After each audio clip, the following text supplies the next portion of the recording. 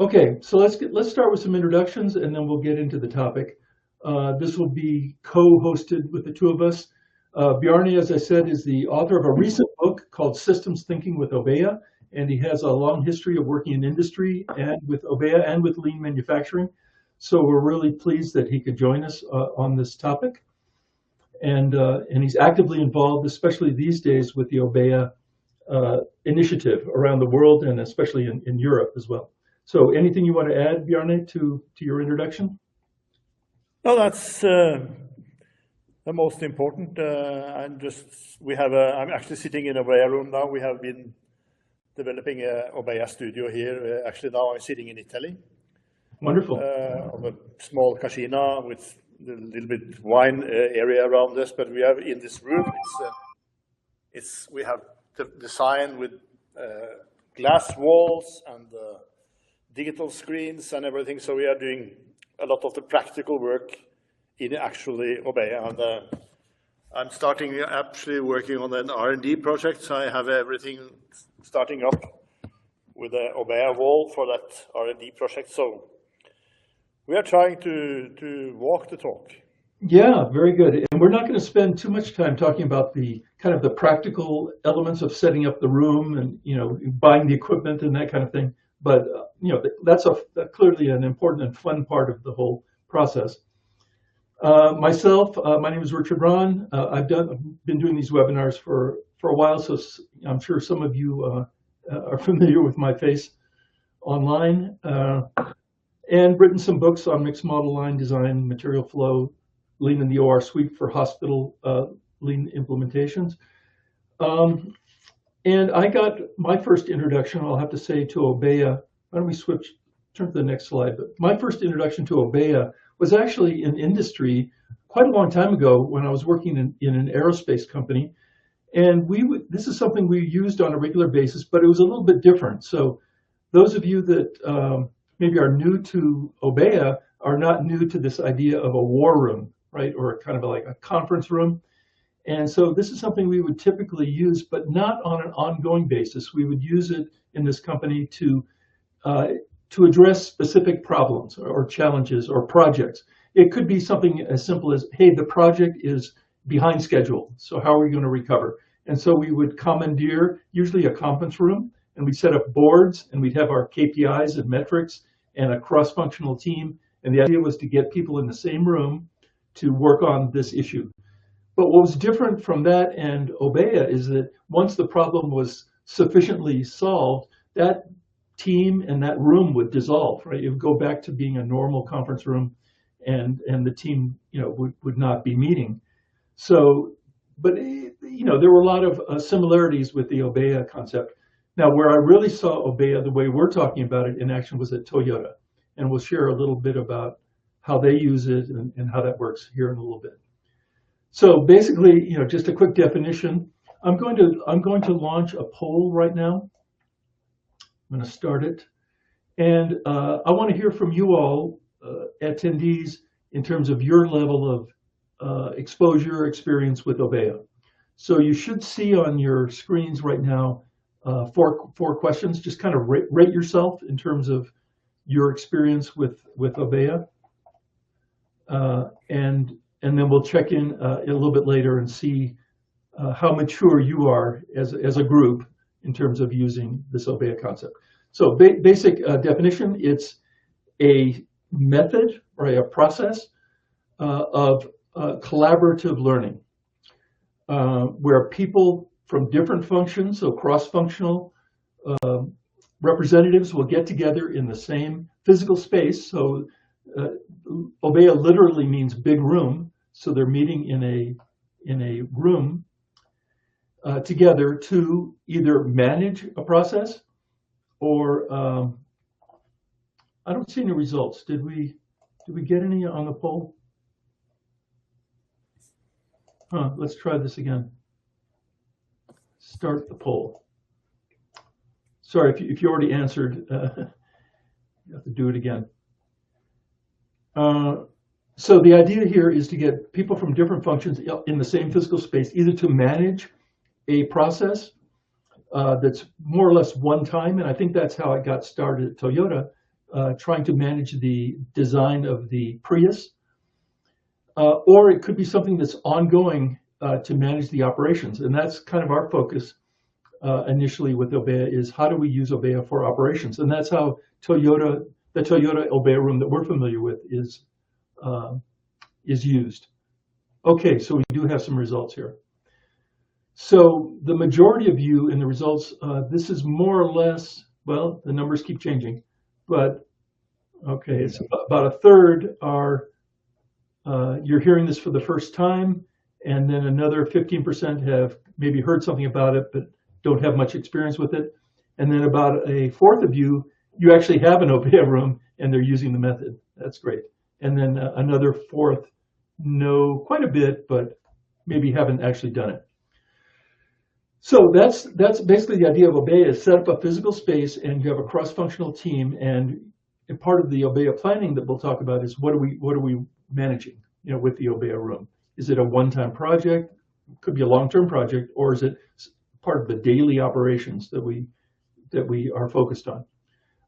So Bjarne, help me out here in terms of adding to that definition. Well, I think it's important to look at Obeya as a way to manage complexity with simplicity.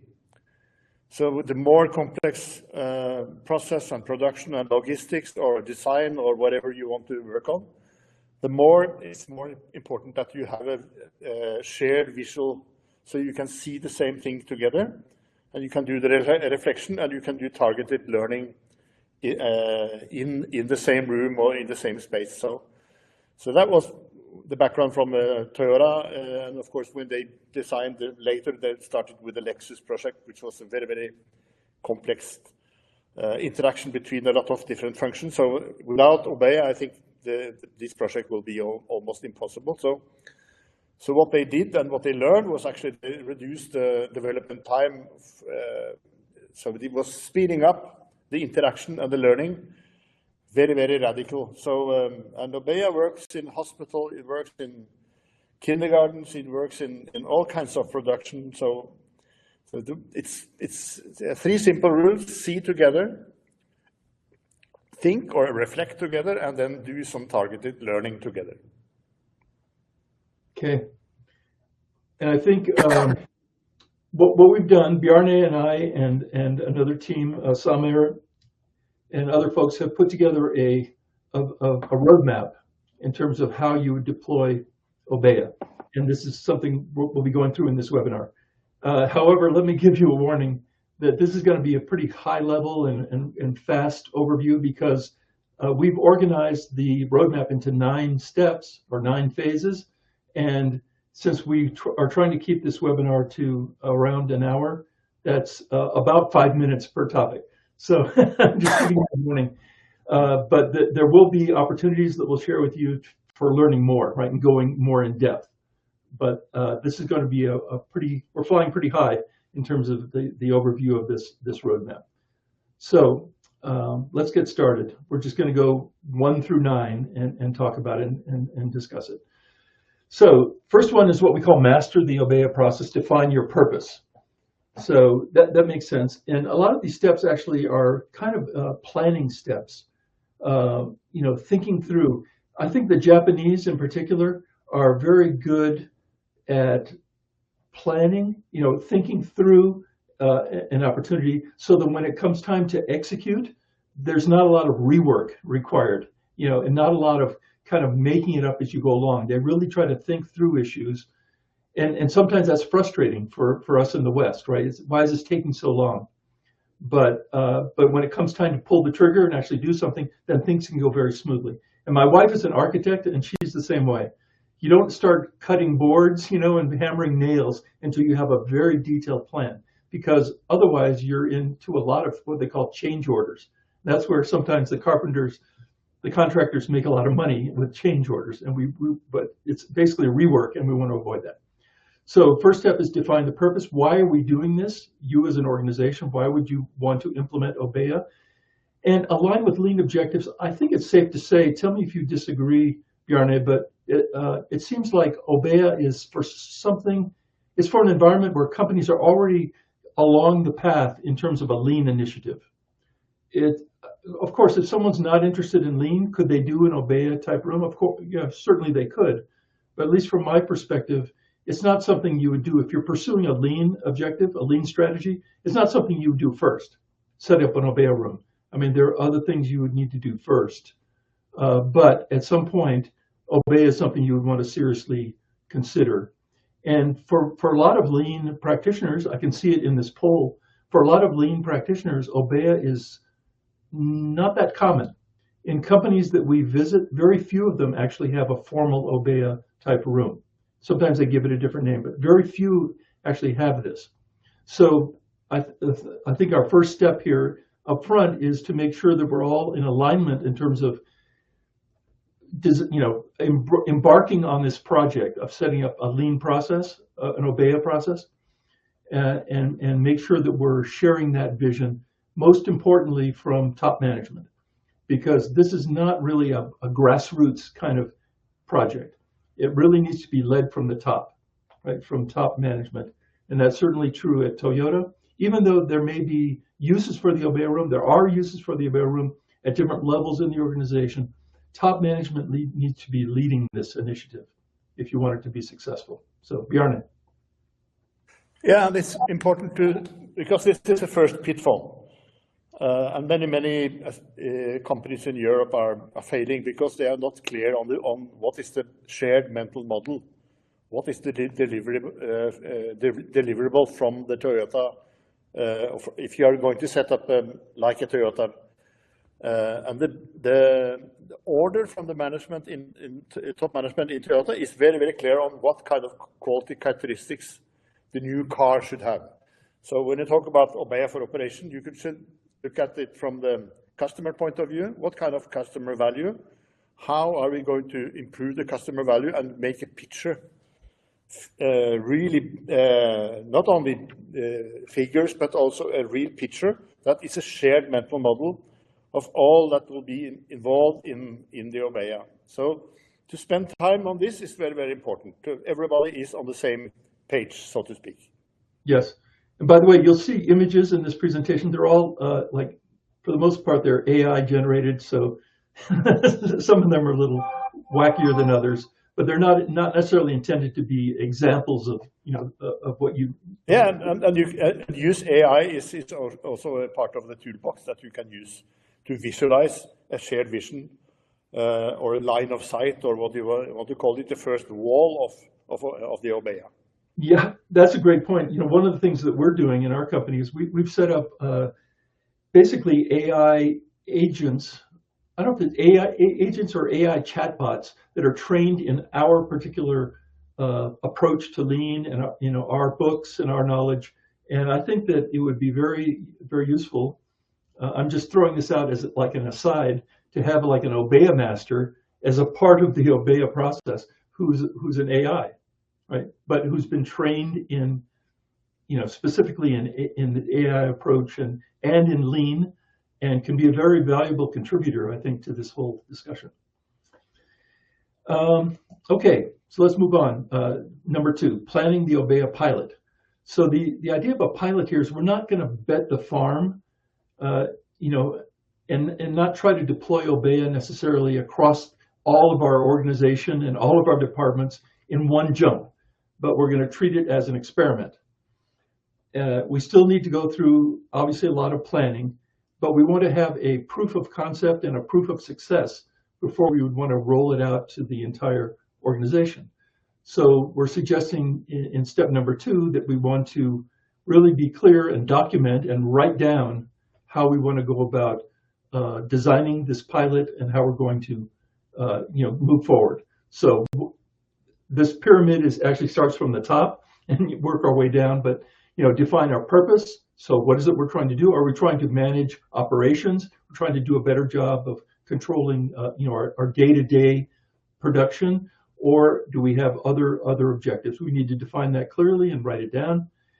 Second level on the pyramid is we probably have existing systems already. Right? We have maybe an MRP or ERP system. We have We have KPIs, like a KPI tracking system already. We have a lot of tools.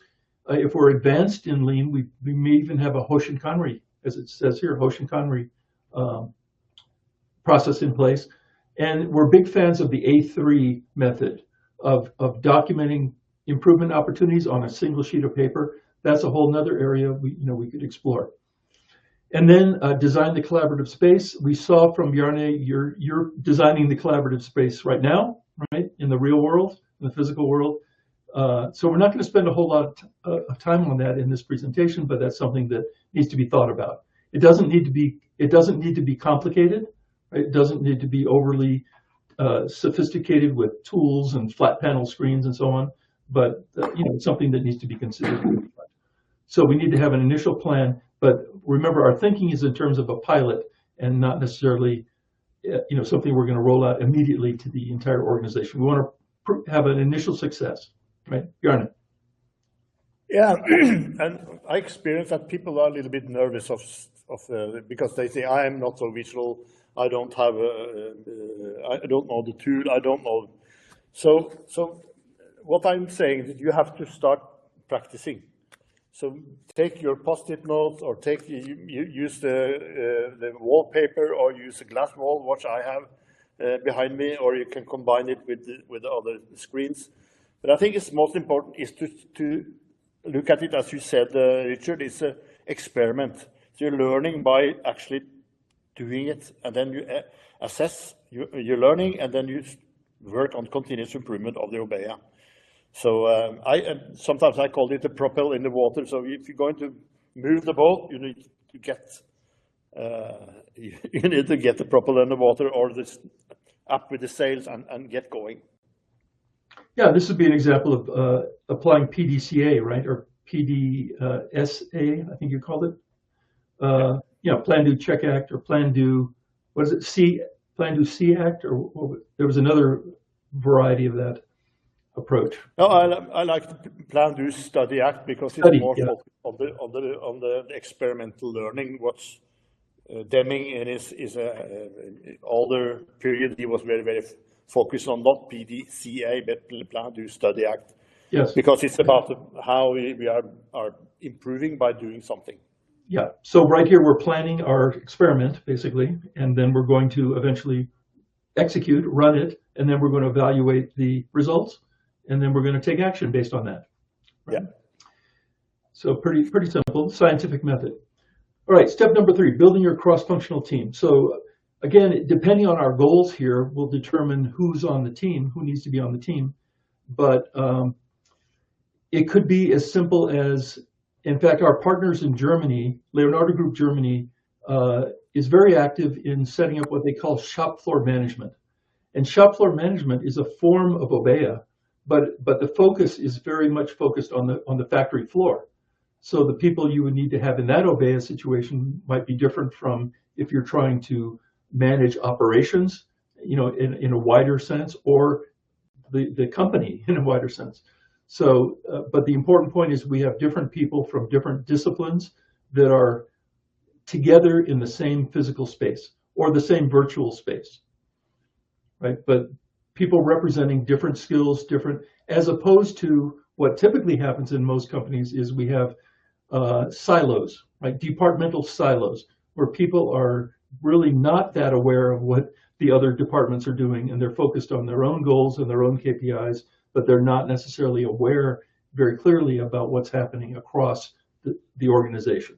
So we want to break down those silos by selecting the right people that need to be in the room. So that's for you to decide, right? Who needs to be there, but it should be fairly broad, right? So if we're talking about manufacturing, we could include sales and marketing. They could have input. We could include accounting and finance, since they're managing the KPIs oftentimes. It's, to be able to select a cross-section of the organization that is represented in these meetings. So Bjarne. Yeah, and I think it's a good metaphor when talking about because this is about systems leadership. So the team that are going to be in Obeya, they are leading or improving the entire system by interacting together. Deming, when he was in the 60s, 70s in Japan, he used to put up the picture of the London Symphony Orchestra to illustrate how important it is to have all the players in to listen to each other, to see each other. So I think it's about getting all the players in the system to interact in the way that you improve the entire system performance. So that's why you have to have marketing, sales, the different function in the production in the same room. What's your feeling, Bjarne, about virtual versus physical Obeya? I think it's very often we are working on a hybrid, because it's sometimes you cannot have everybody in the same room. So if you have an international organization, you can have link it with the video translation. But the best way is to have people together in the same room. And then you use wallpaper, you use screens and different type of screens. So you can use all kinds of visual methodology. But I think the experience is the physical part that you are doing. You work with your eyes and your hands and your ears in the Obeya is very, very important. So we talk about Toyota, for example. They are very skeptic to use too much high-tech system. They are very concerned about the wallpaper, and even they're using strings between the different functions, so they can see that this function is very close linked to this function. So this is it's a kind of physical, practical workspace. The Obeya room at Toyota in Indiana that we are familiar with, they very much like the physical presence, but they've also allowed, like you said, a hybrid approach if necessary. So they have some monitors and some screens, so people can connect from outside if they can't physically be there. But the primary method is physical, right? You're at a meeting, and they're very disciplined also about the meeting times. So part of your planning that we'll talk about here soon is it happens religiously, the various meetings that they hold at the same time every day. So people can build it into their psychology that at this time I need to be there, right, in the meeting. So that's also important. Okay, so cross-functional team is part of our vision. Let's take a quick detour here just to share with you what we have coming up. And this is an opportunity for you to see the Obeya room, which amazingly enough, the Toyota organization, the company, the headquarters in Japan has, I wouldn't say admitted, but they've really they've stated that this Obeya room in Columbus, Indiana, part of Toyota Material Handling, is the best one that they have in the Toyota organization in terms of how how it's run, the discipline. So here's your opportunity, ladies and gentlemen, to see that in action at a workshop at this factory on August 12th to the 14th. Now, the main goal of this workshop is a focus on material flow. And if you want to learn about lean material flow, clearly going to Toyota Material Handling is the best place you could possibly go because they execute like a Swiss watch, like we like to say, but it's not overly automated, as Bjarne said. They like to do things, unless it just doesn't make sense, they like to do things manually, right? So people do things, and they're very connected to the work physically, but they have an unbelievable material flow and supply chain processes set up, and you'll learn about that and see that in action. So if you want to find out more about this particular opportunity, again, it's coming up in, about 2 months, is go to leandesignstudio.com, mix-model-material-flow. And that'll take you to like an information page where you can learn more about it. But it's really for most people that, that get a chance to go to these workshops inside Toyota, it's a life-changing experience. It could be. I mean, you're going to remember it for the rest of your life, basically, is what I'm telling you. So if you can manage to get your boss to sign off and send you there, it's well worth it. Well worth it. It's a three-day workshop. Okay, so that's a little advertisement there, but it is a chance. Part of the tours is a tour of the Obeya process that they use there, so you'll get to see that. All right, moving on. Step number 4 in our roadmap, establish standard processes. So this is a big deal in lean manufacturing in general, right? We standardize the work that we do, and Obeya is no different. So we want to look through the different work that we need to do within the Obeya process and make sure that we document that. And so what we're talking about here is how often, so frequency of the meetings, how long are you going to last? They typically do not last that long, by the way. This is not an opportunity to just sit in meetings for a long time. In fact, most Obeya rooms, you're not sitting at all, right? You're standing up. When you're sitting, you can get comfortable and kind of hang out and have a cup of coffee. No, the Obeyas, you're there to work, and typically they're stand-up meetings. So that's something you would define up front. Visual signals, again, Bjarne is working on some of these, right? Indicators. We're in the process of creating what's called a Kamishibai board within our lean design studio, electronic Kamishibai board, and this is a red-green indicator type of board. So again, to enforce or promote accountability, so that we have things that people need to be doing. We know if they did them or not. It's very visual. And then we have an agenda for the meeting. As I said, these are very focused meetings. They're not long, drawn-out daily sessions, but we need to define what the agenda is so everyone understands what they need to be doing and how they need to behave in these meetings. And then all the current information, KPIs, and process improvement information is displayed in a visual information. So we're setting up basically documented processes for how we manage all of these things. Okay, Bjarne. Yeah, it's important that the meeting should be as short as possible, so that you don't spend time on updating information. That should be pre-meeting, and a very clear responsible who is going to update which data. It's a very, very important part of it. So when people are coming to the Obeya meeting, all the information is available and it's updated in the walls or in the digital screens, so that people can start working in the same seconds they enter to the meeting, and then they normally Obeya meeting don't last more than maybe 15 minutes or something. Right. It depends, of course, but it's not that we are sitting around the table and discussing something. So this information on the walls is very, very important. So, and of course you have to have standard visual signals. You're using red signal very often, that you put a red or magnet point or something that visualize where you have the focus on where to focus the agenda for the meeting. Yes, and when we first started going to Toyota, a lot of these methods were, as you mentioned, Bjarne, they were paper. Now, more recently, they've gone to more electronic displays than in the past. They've kind of moved more in that direction, like everyone has. But initially, it was 100% paper. Even the KPIs were updated manually with a pencil. Right? They would update the chart manually. So they've gotten away from that a little bit, but as you said, they're still very much focused on physical presence and doing things, in a very simple manual way that doesn't require a lot of technology. I think it's important to say that because Obeya and work visual management is not new.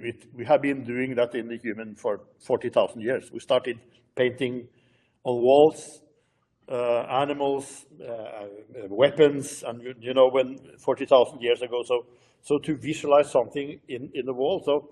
So what is on the wall, what you can see is impacting on the brain, because our brain is very much wired the same way. So we can, when we see pictures or symbols or connections, it's the same way that our brain is working, and then the eyes, the ears, and the fingers is very, very, very important part of when we talk about the practical Obeya process. In distinction from normally meeting when we're sitting and arguing and all this that spends to, or sending emails to each other, and all this slow process that we are used to. Yeah.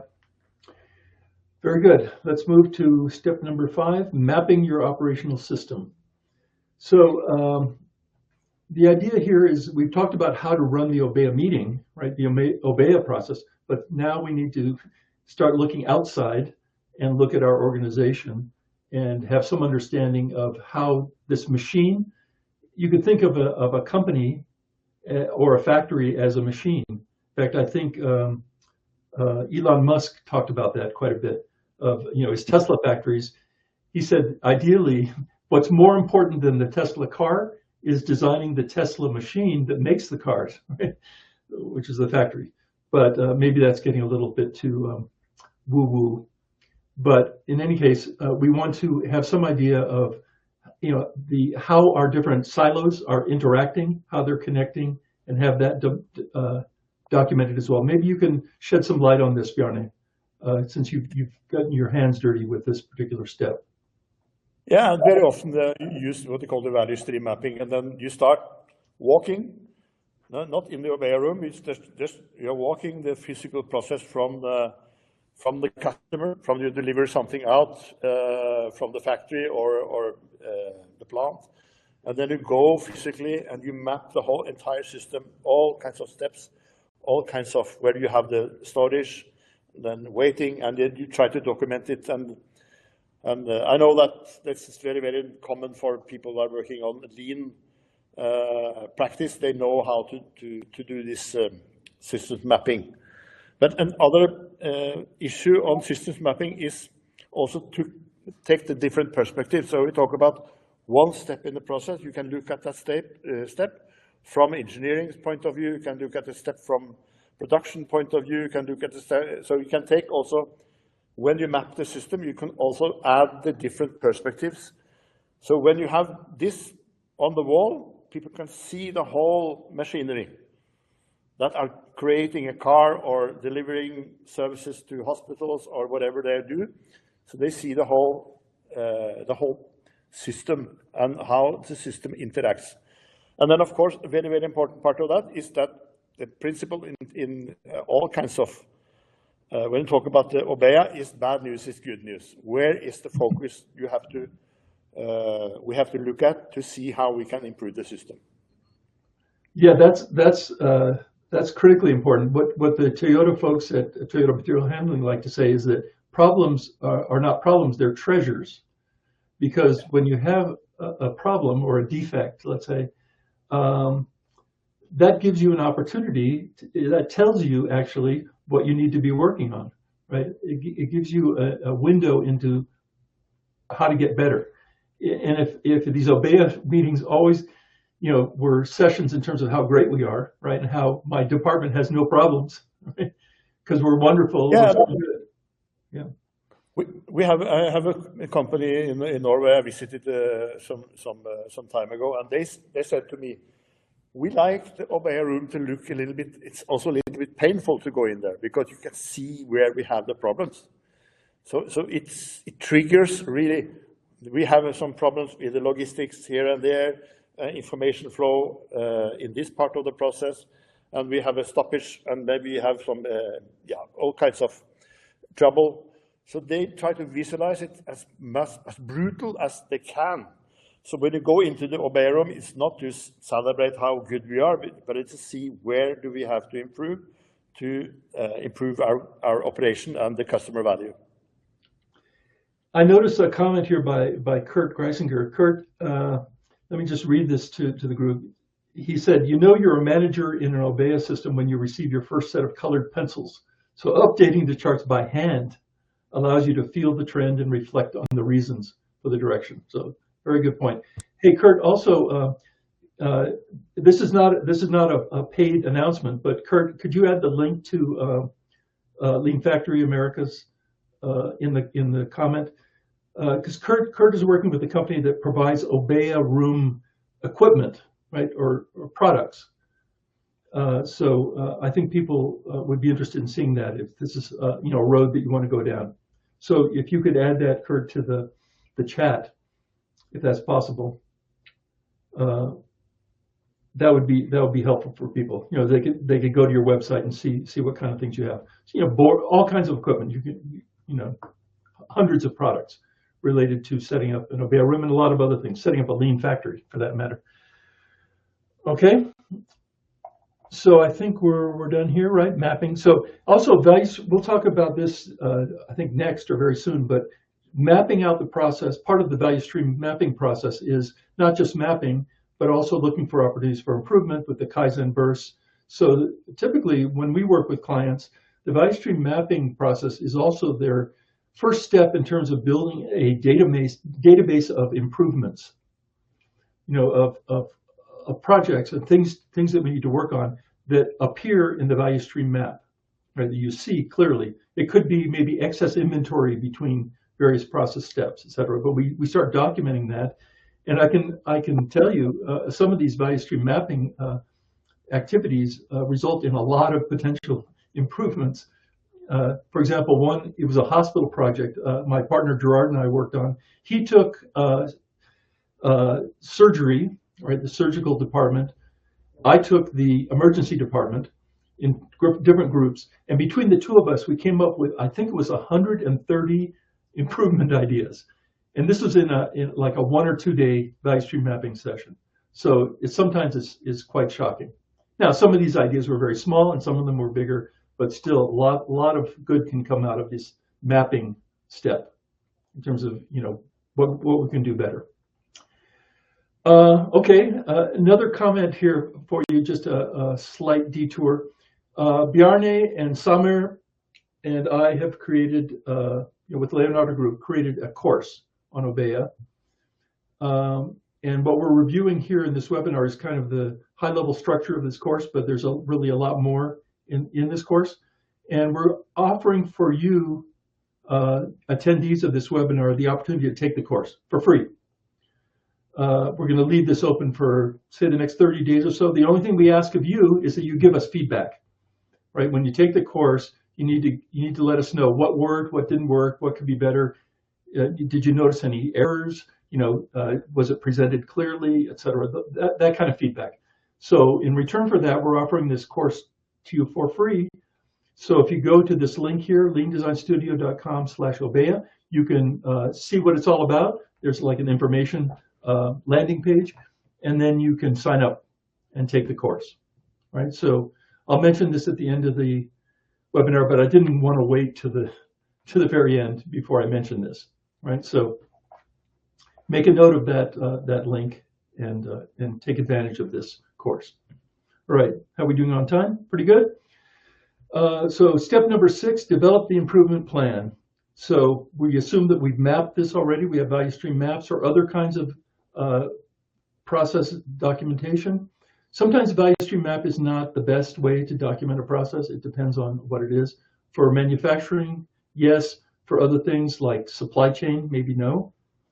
But we've mapped the process, and now we want to start organizing the issues that invariably will emerge from doing that kind of analysis, that mapping process, and we want to organize it.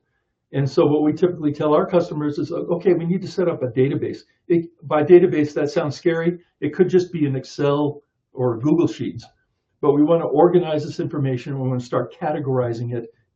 Typically they fall into different kinds of buckets of opportunities. Some, for example, may be what we call just do it. So we don't need a big plan to implement these improvements. You just need to assign it to somebody and they just need to go do it, right? Simple enough. You don't need a budget. You don't need a big team. Other ideas, though, may require something more substantial to get it done. And typically those are what we classify as Kaizen event opportunities. And a Kaizen event is not a big, long project. It's typically a few days, right?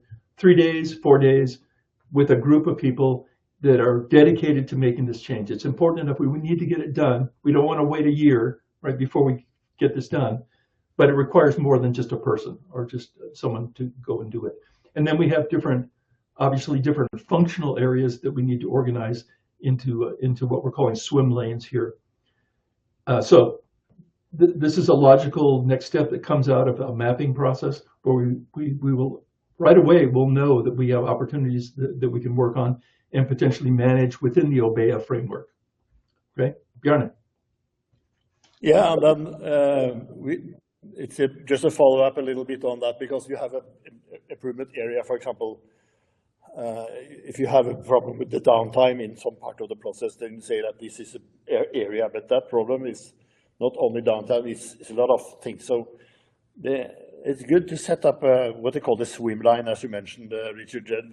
You maybe start with the A3, you describe present situation and what you want to, how it should look like, and then you can use the swim line or the spreadsheet or whatever you want to use, and then you can even have like a Kanban, so you take activities and then you stick it on the board, and then you physically move the activities when you are planning, and you're executing them, and then you assess them, and then you are finished. So it's a very practical way to split up big challenges to small targeted experiments. And of course, if you have low-hanging fruit, just do it type of fun, then they just put it on maybe a Kanban board, say that we just have to fix it, they take it maybe next week, and then you follow up on the next Obeya meeting if you have done and executed the action to fix it. Yeah, these boards where you move the status of the opportunity across from defining it and then approving it and then start working on it and then finishing it and then archiving it. Those boards have become very common in the world of agile software project management, basically. And so they're very actually quite common, where you would set up the swim lanes and set up tasks or projects and then visualize their progress, right? So you can see, okay, how many are moving forward, how many are in the working on it stage, etc. So those are good.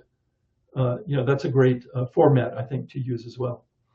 Yeah, and when you have that on the screen on the wall, then it's also what very often Toyota is practicing. They put up a red note if they have problem. So it's a signal. It's a kind of signal set. And we planned this to be finished by Thursday this week, but I couldn't do it. So I have some problems, and then you signal the problems, and you focus on that problem to fix it in the Obeya meeting. So this is a way to visualize, as I said earlier, bad news is good news. We focus on what and how to improve something. Is this something you're setting up in your Obeya room that you have behind you? Yeah. Okay. So we try to say that when you have a plan and we have a problem, we don't. And in this board, you don't use the yellow. You have either it's green or red. It's only green or red. So it's according to plan, green. Not according to plan, it's red. Okay. Excellent. So, again, as clear visualization of where you have to focus on improvement as possible. Yeah, excellent. Okay, now this is something, if you're involved in the world of Lean, this is something you should already be familiar with, this basic concept. It's the scientific method. So the question we're answering here is, how do we go about working on these projects? How do we go about improving, basically? And this is something Deming, I think, originally introduced. And it's a very simple concept. It's basically you have a hypothesis, and then you conduct experiments, and then you look at the results, and then you take appropriate action based on the results, right? So it's not that much more complicated, but it's important to understand that process and to follow it, as opposed to skipping steps like plan, do, act, right? And not actually analyzing. So I don't know, I'm sure you can add to this, Bjarne. Yeah, then we talk about system thinking, and system thinking is the relation between how we are thinking and how the world around us and inside us is working as systems. So systems is relations that interact to produce a certain output. But our mental models or our brain is biased very often. We have some idea, but it doesn't. It's not according to the reality. So when we rotate this plan, do, study, act cycle, is try to adjust our mental model, our ideas, to the reality. So when we do an experiment, we have an idea of what that experiment should should lead to, and then we execute the experiment, but sometimes it doesn't happen what we thought should happen, but that is called learning. So the learning by doing targeted experiments is very, very important part of how we are working in the Obeya room. So, and very often we experience that our idea, we had an idea, but it was not that, it was not, so the experiment told us that, the idea was not according to the reality. Yeah, and you know, what scientists will also say is that if the result of the study is unsuccessful, let's say, that's not considered a failure or a disgrace. It's considered learning, right? It's part of the learning process.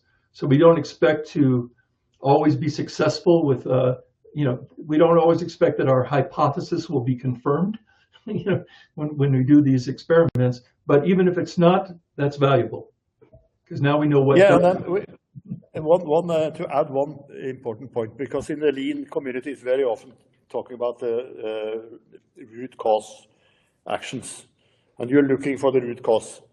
But there's very, very seldom one root cause. There are a web of root causes. So my mentor, Derek Cabrera from Cornell University, said that stop solving problems before you understand the system. So we understand the system, and then we try to find what is the web of causality that are causing the problems in the system, and then we can do targeted action to improve the system in our Obeya room, and of course in combination with the Gemba walk and practical work outside. Yeah, so important. Okay, so at this point in the process, you are running the pilot, right? People are in the room and working on problems. Even back, that's what we're talking about here, right? So we're beyond the planning stage, and we're actually running the Obeya pilot, right? And working on issues that were identified during the mapping process, etc. So when the time arrives, and maybe you can shed some light on how long we should run the pilot, you know, how long should we you know, do this as a pilot, we need to step back and evaluate the pilot itself, right? What were the successes? How well did this work? How well were the meetings actually conducted, right? Were people able to follow a disciplined you know, meeting process? And were they able to work on problems and apply the plan, do, study, act, you know, method appropriately, etc.? We want to really assess all of that before we go on to, you know, spreading the Obeya to other areas. So what kind of insights do you have, Bjarne, on this? Well, the reality is a patient teacher.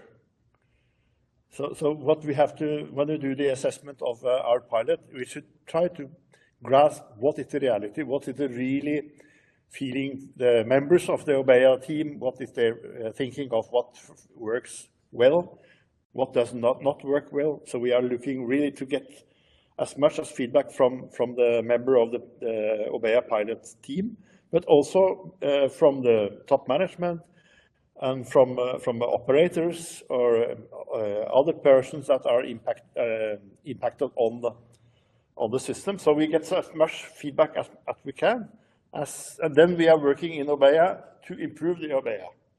So that we have, let's say we have the Obeya 1.0, that is our first experiment, and then next month we upgrade it, and then we do changes, so we improve the Obeya to Obeya, our operational Obeya 2.0, and so forth. So that's very, very important that you spend time on getting as much feedback from the reality as possible. Yes, absolutely. So once we have a good, honest assessment of how this Obeya experiment went, then we need to, assuming that it went well. Now, if it didn't go well, probably we need to not give up, but try another pilot. In other words, not expand and scale yet, but we're not ready yet, if that's the assessment. But if the Obeya experiment went well, then it would make sense to expand it, right? Or what we call scaling, right?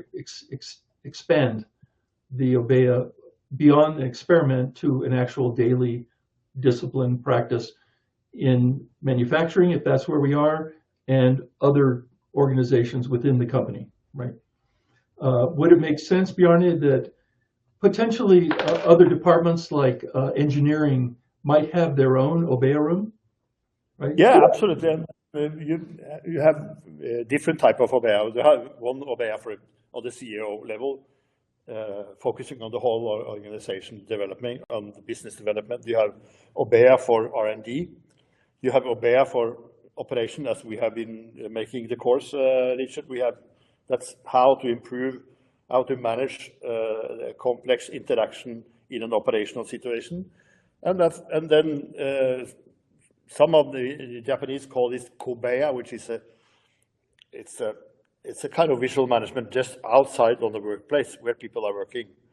So there's different levels, but when you talk about the experiment and we sum up the experiment and what we have learned, and then we can see how to spread this into other departments in the company, how to use it for the CEO, how to use it for even interaction between the suppliers, because very often you have suppliers that are really, really important part of your operation. So you have maybe set up an Obeya for interaction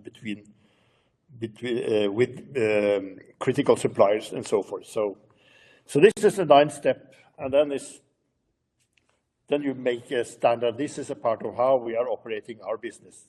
Yes.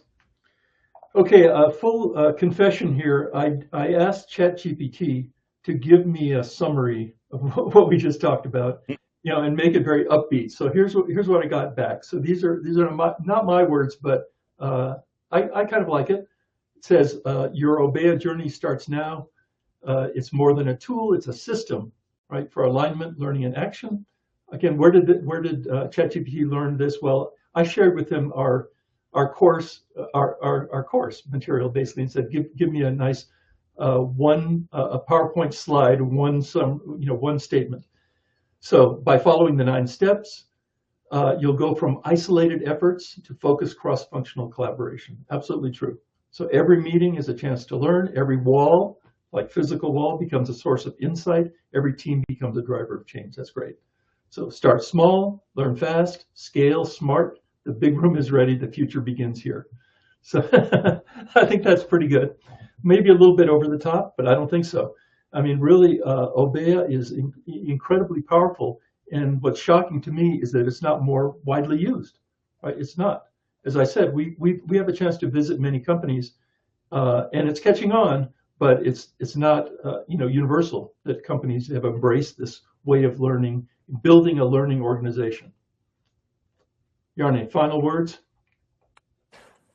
Yeah, and I think it's good to say that working with Obeya is a lot of fun, because people get very, very excited, because then when you really get this visual management and the interaction between the different functions in a complex system, that it really start to work. So people say, why didn't we do this before?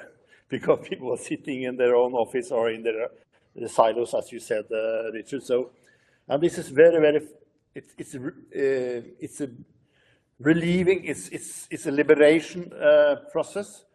It makes the interaction and the architecture for interaction between people takes it up to another level, and it makes work much more fun, actually. So now start working on Obeya right away. If you have only starting visualizing on your own office or your own department, you can start experimenting yourself, and then you can expand it from there.